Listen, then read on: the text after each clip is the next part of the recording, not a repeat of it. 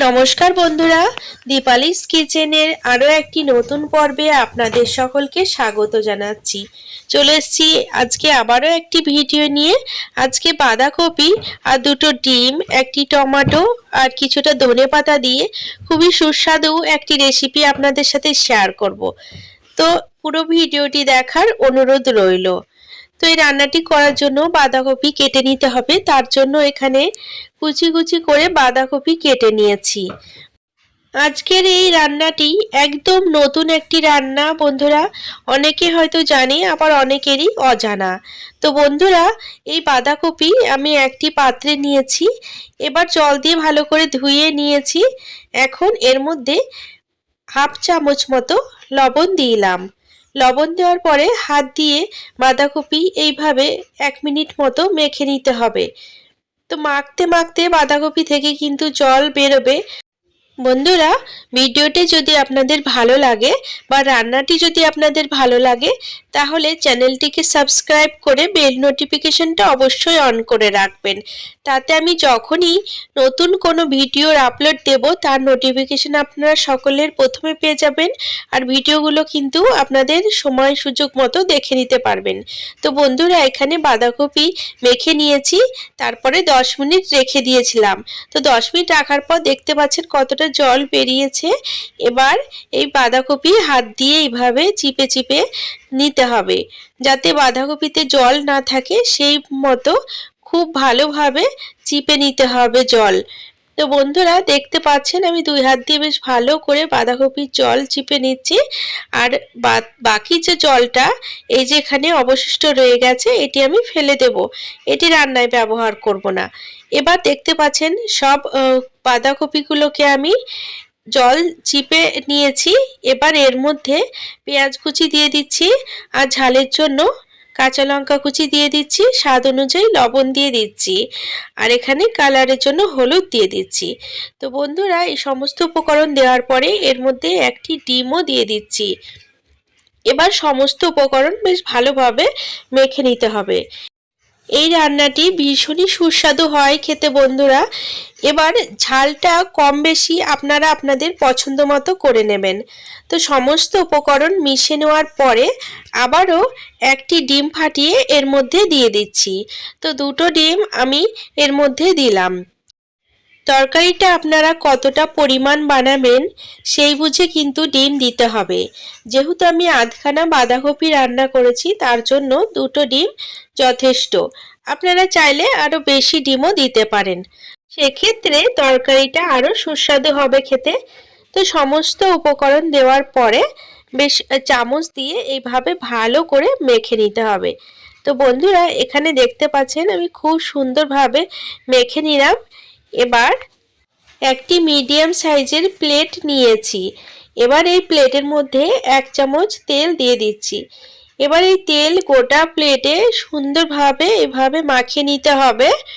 তো বন্ধুরা, আমি হাত দিয়ে তেল প্লেটে ভালোভাবে মাখিয়ে নিলাম। তারপরে যে বাঁধাকপির মিশ্রণ তৈরি করলাম এই মিশ্রণটা প্লেটের মধ্যে ঢেলে দেব। তো বন্ধুরা, এই রান্নাটি একদিন বাড়িতে আপনারা তৈরি করে দেখবেন, এর স্বাদ কিন্তু ভীষণই ভালো হয় বন্ধুরা। একদিন বানালে কিন্তু রোজ বানাতে মন চাইবে। মাছ মাংসকে দূরে ফেলে কিন্তু শুধু এই সবজি খেতে ইচ্ছা করবে, এত সুস্বাদু হয় এই সবজিটা। তো বাঁধাকপির মিশ্রণ প্লেটের মধ্যে দিয়ে চামচের সাহায্যে এইভাবে চারিদিকে ছড়িয়ে দিলাম। তো দেখতে পাচ্ছেন এখানে আমি একটি কড়াইয়ে জল গরম করেছি। এবার এর উপর স্ট্যান্ড দিতে হবে। তো আমার কাছে স্ট্যান্ড নেই, যার জন্য আমি একটি স্টিলের বাটি এই জলের মধ্যে দিয়ে দিচ্ছি। এবার এই বাটির ওপরে এই প্লেটটি রেখে দিলাম। এখন ঢাকা লাগিয়ে 15 থেকে 20 মিনিট মিডিয়াম টু হাই ফ্লেমে হতে দেব। তো বন্ধুরা, আপনাদের কাছে যাদের স্ট্যান্ড নেই তারা কিন্তু এইভাবে বাটি দিয়েও এই রেসিপিটা খুবই সহজে বানিয়ে নিতে পারেন। বাটি দেওয়ার কারণে কোনো অসুবিধা হবে না। তো বন্ধুরা, এটি দেখতে পাচ্ছেন 20 মিনিট পর আমি ঢাকা তুলে নিলাম, আর একটি টুথপিকের সাহায্যে আমি দেখাচ্ছি আপনাদের। এটা কিন্তু প্রপার কুক হয়ে গেছে, এটা কিন্তু কাঁচা নেই।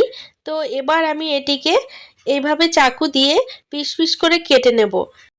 বন্ধুরা, যেহেতু আমার কাছে টাইম বেশি নেই, তার জন্য আমি আর ঠান্ডা হওয়া পর্যন্ত অপেক্ষা করিনি। তবে আপনারা এই রান্নাটি করার সময় এই পিস পিস করে কাটার আগে অবশ্যই এটিকে ঠান্ডা করে নিয়ে তারপর কাটবেন। দেখবেন প্রতিটা পিস খুব সুন্দর উঠে আসবে। তো কড়াইয়ে কিন্তু আমি এবার খানিকটা সাদা তেল দিলাম, তেল গরম হয়ে গেছে। এবার এই তেলের মধ্যে ওই পিসগুলো দিয়ে দিচ্ছি। এবার হালকা টু মিডিয়াম পিসগুলোকে ভেজে নেব। একটু কালারটা চেঞ্জ হয়ে আসবে। তো দেখতে পাচ্ছেন একদিক ভাজা হয়ে গেছে, এবার উল্টে দিচ্ছি, অপর পিঠও এইভাবে ভেজে নেব। তো বন্ধুরা, পুরোটা ভাজা হয়ে গেছে, এবার আমি তুলে নিচ্ছি, কারণ বেশি ভাজবো না, বেশি ভাজতে গেলে আবার পুড়ে যেতে পারে।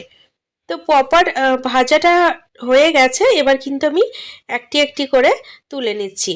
এবার বাকি পিসগুলোও আমি ঠিক একইভাবে ভেজে নেব। এবার এই কড়াই আরও 2 চামচ তেল দিয়ে এর মধ্যে 1 চামচ জিরে ফোড়ন দিলাম আর একটি শুকনো লঙ্কা ফোড়ন দিচ্ছি। 3-4টে লবঙ্গ দিচ্ছি আর 2 থেকে 3টে এলাচ দিয়ে দিলাম।